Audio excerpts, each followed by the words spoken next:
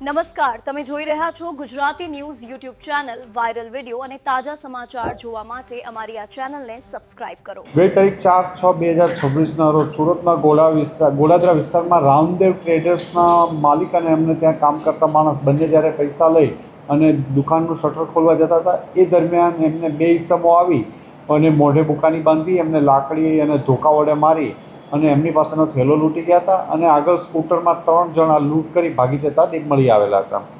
આ અનડિટેક લૂંટનો ગુનો ગોડાદરા પોલીસ સ્ટેશનમાં દાખલ કરવામાં આવ્યો હતો, જેમાં અંદાજિત 8 લાખ રૂપિયા ગયેલાનું પ્રાથમિક રીતે ફરિયાદમાં જણાવવામાં આવેલું હતું.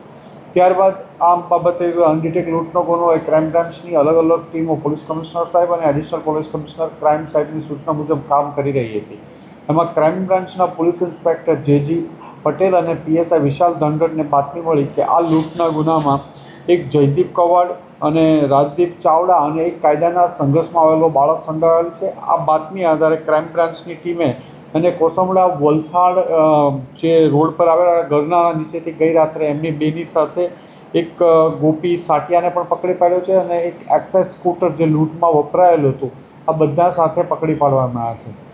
આ બનાવની હકીકત એવી હતી કે જયદીપ ચાવડા આ જે ટ્રેડર્સ છે રામદેવ ટ્રેડર્સ ત્યાં 2-3 મહિના પહેલાં નોકરી કરતો હતો, એને નોકરીમાંથી કાઢી મૂકવામાં આવેલો હતો.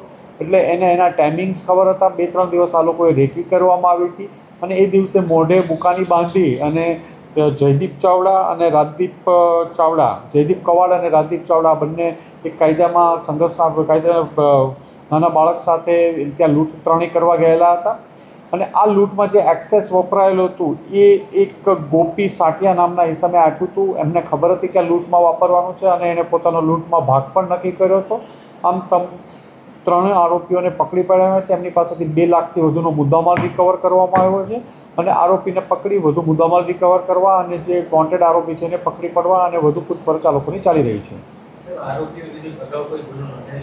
અત્યાર સુધી પોલીસ તપાસ દરમિયાન નથી મળી આવ્યું, પણ અમે એની વેરીફાઈ કરી રહ્યા છીએ. આ ન્યૂઝના રિપોર્ટર છે Arvind Rathod. Gujarati news YouTube channel, Surat. ગુજરાતથી તમને મહત્વના સમાચાર મળતા રહેશે, માટે જોતા રહો ગુજરાતી ન્યૂઝ. ધન્યવાદ.